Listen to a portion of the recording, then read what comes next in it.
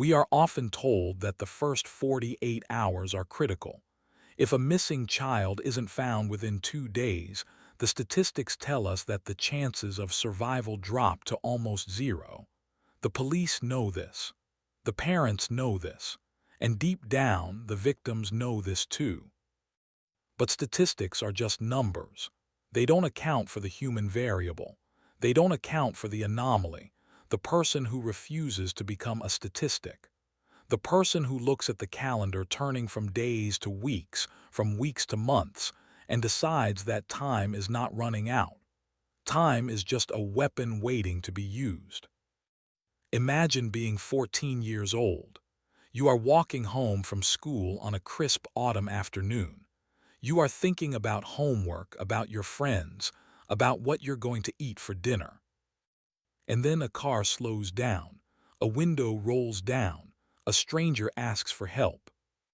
In the blink of an eye, the world you know, the trees, the road, the sky is replaced by darkness. You are dragged into a nightmare that will last for 9 months. 274 days. Most people would break. Most people would lose their minds in the isolation. But Abby Hernandez didn't break. She realized that she was trapped in a soundproof shipping container with a man who wanted total control. She realized that screaming wouldn't save her. Fighting wouldn't save her. So she decided to do something much harder. She decided to become his friend. She decided to play a psychological game of chess with a monster, where the stakes were her life, and a single wrong move meant death.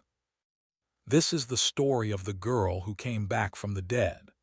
It is the story of a teenager who wore a shock collar around her neck, ate what her captor ate, read what her captor read, and slowly, methodically, dismantled his defenses until he did the one thing kidnappers never do. He opened the door and let her go. If you want to know what true psychological resilience looks like, if you want to understand the power of the Stockholm strategy, please hit that subscribe *** button right now. You need to hear this story, because Abby Hernandez proves that the strongest prison isn't made of steel, it's made of the mind, and she found the key. The Walk Home. North Conway, New Hampshire, October 9, 2013.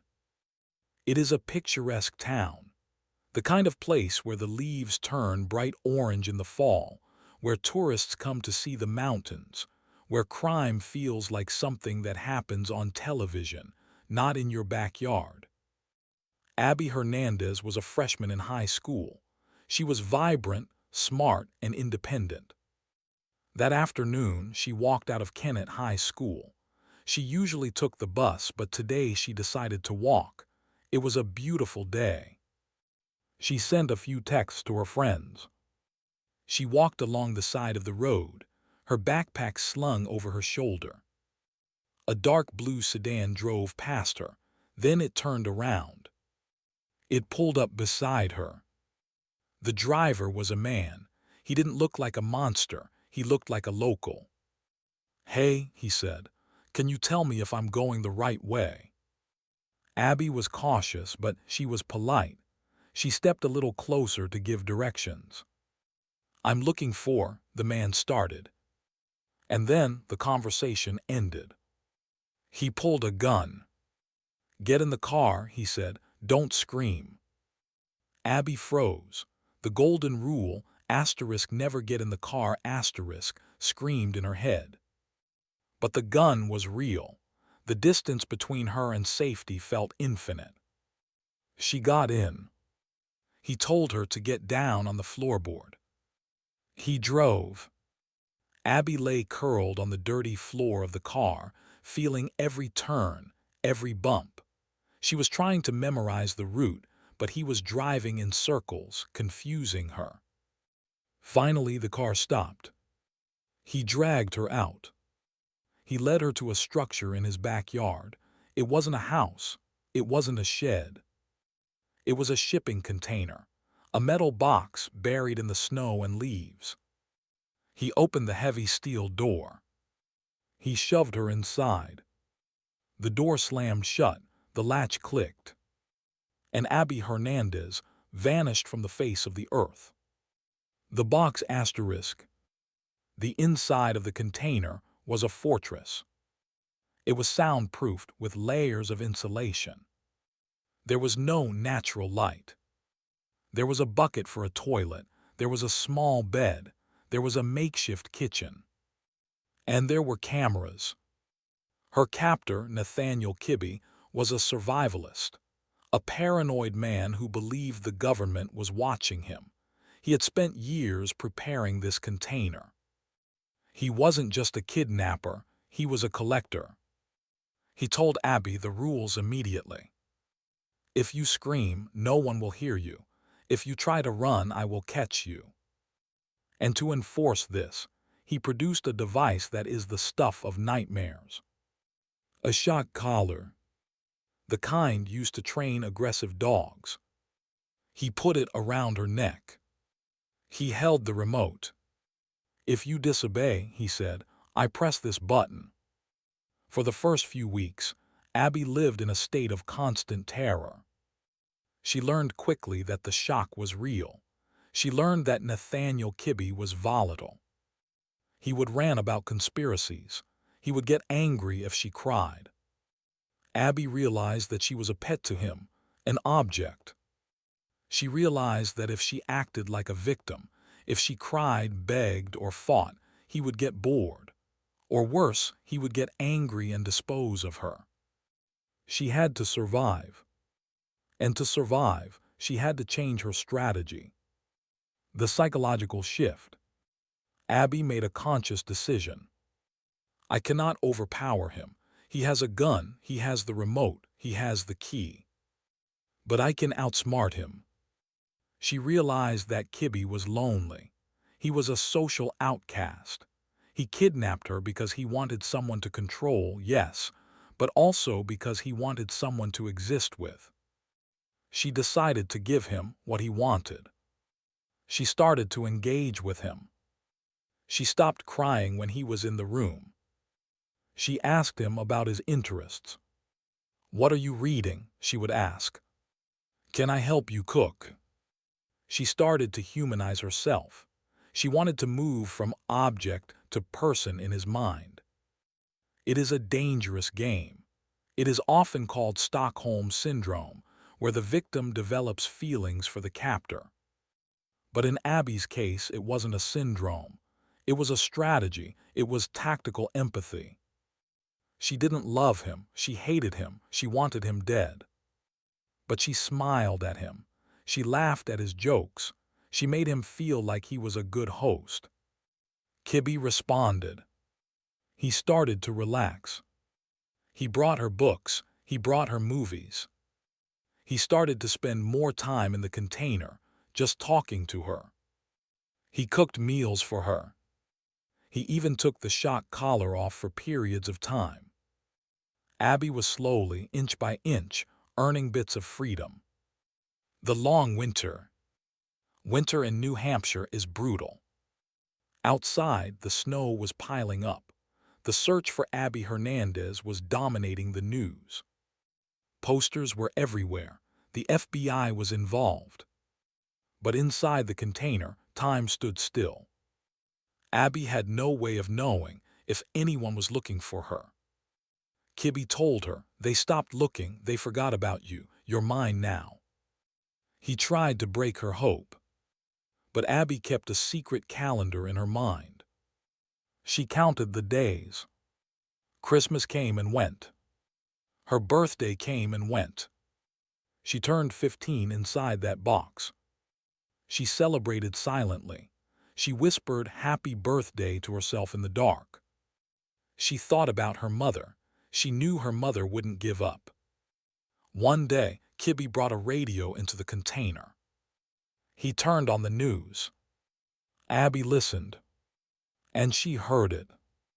A report about the search for Abby Hernandez. We are not giving up, the reporter said. We will find her. A surge of electricity went through Abby. They haven't forgotten. She had to hide her reaction.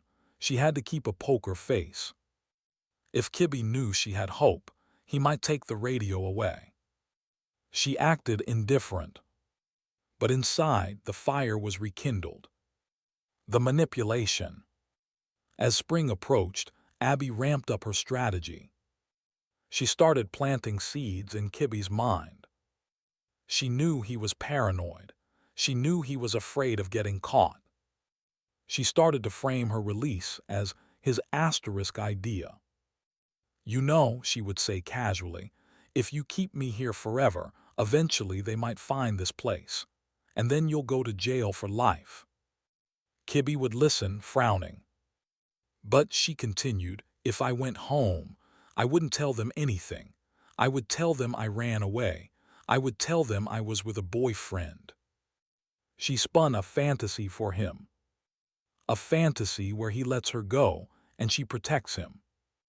I like you, she lied. I wouldn't want you to get in trouble. We're friends, right? It was a gamble, a massive gamble. If he thought she was lying, he might decide that she was a liability and kill her. But Kibby was desperate to believe her. He wanted to believe that he had successfully brainwashed her. He wanted to believe that she was his friend. Months went by. Abby kept working on him. I miss my mom, she said gently, but I won't tell her about you, I promise. She was relentless, soft but relentless.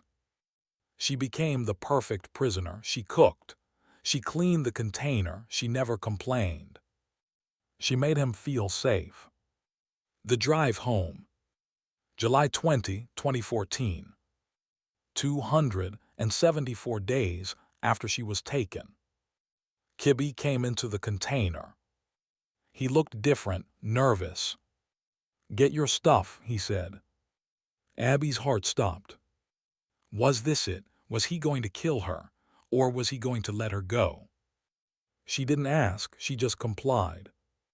He handed her the same clothes she was wearing the day he took her.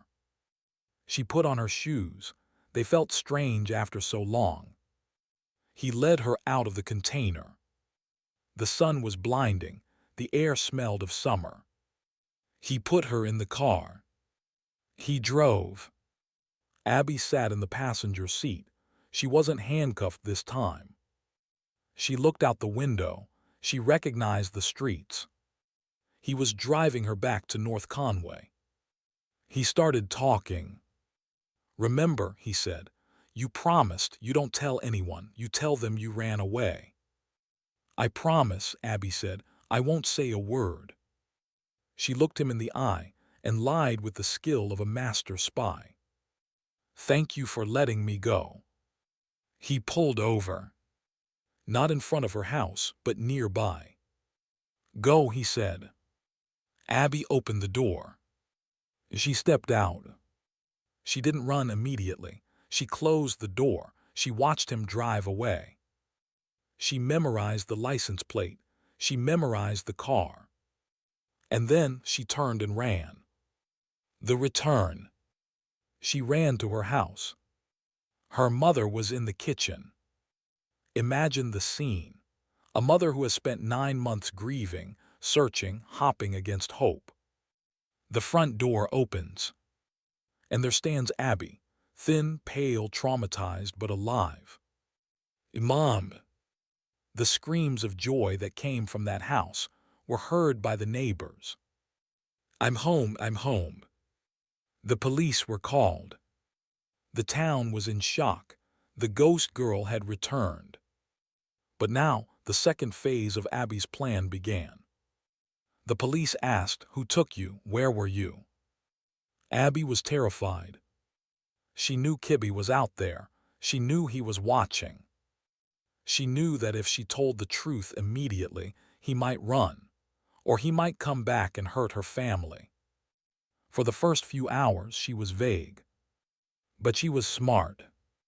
She gave the police a sketch. She sat down with an artist. She described Nathaniel Kibby's face in perfect detail, the scruffy beard, the eyes, the nose. She described the container. She described the car. The evidence asterisk. The police released the sketch. Tips started coming in. A neighbor recognized the man. That looks like Nate Kibbe. He's a weird guy, lives in a trailer in the woods. Police went to Kibbe's property. They found the car. They found the container. They raided the place. Kibbe was inside. He was arrested without a fight. When they opened the container, they found a house of horrors. They found the shock collar. They found the cameras. They found the books Abby had read. They found a journal where Kibbe had documented his training of her. Kibbe was shocked. He genuinely thought Abby wouldn't tell. He thought their friendship was real. He underestimated her. He thought he had broken her mind. He didn't realize that she had simply outplayed him. The justice asterisk. Nathaniel Kibbe was charged with kidnapping, sexual assault, and criminal threatening. The evidence was overwhelming. Abby's detailed memory of the container, the items inside, and his habits made it impossible for him to deny it. He pleaded guilty. He was sentenced to asterisk 45 to 90 years in prison. He will likely die behind bars. The aftermath and the voice. Abby Hernandez didn't hide after her release. She decided to tell her story. She wanted people to understand that survival isn't always about fighting with fists. Sometimes survival is about silence. Sometimes it's about smiling at the devil while you look for the exit. She faced criticism from people who didn't understand, people who asked, why didn't she run? Why was she nice to him? Abby explained the reality of the shock collar, the reality of the gun. She explained that compliance was her weapon. I did what I had to do to see my mom again, she said. Her story changed the way we look at kidnapping victims. It shed light on the complexity of the human mind under pressure. She wasn't a victim of Stockholm syndrome. She was a master of manipulation. She reversed the power dynamic. By the end, he was doing what she wanted. Why this perspective matters. We often hero worship the victims who escape through physical feats, jumping out of cars, breaking windows, and they are heroes. But Abby Hernandez is a different kind of hero. She represents the introverted survivor, the thinker. She spent 274 days in a box, and she never let her mind rot. She kept her calendar, she kept her plan. She turned her prison into a negotiation table. It reminds us that there is no right way to survive. If you fight, you are brave. If you run, you are brave. And if you sit quietly, smile at your captor, and convince him to drive you home, you are a genius. Abby Hernandez walked out of the woods and into history. She reclaimed her life. She reclaimed her voice. She proved that you can lock a girl in a box, you can put a collar on her neck, but you can never, ever own her spirit. This story chills me to the bone because of the duration.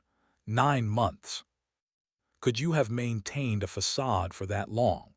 Could you have pretended to be friends with the person who stole your life? It is a level of psychological endurance that is almost superhuman. Let me know your thoughts in the comments below. If you are in awe of Abby's intelligence and strength, please hit that asterisk like asterisk button. Let's honor her survival. And subscribe asterisk. I have a story coming next week about a man who survived being lost at sea for 438 days. You won't believe how he did it. Stay safe, trust your mind, and remember, the game isn't over until you say it is.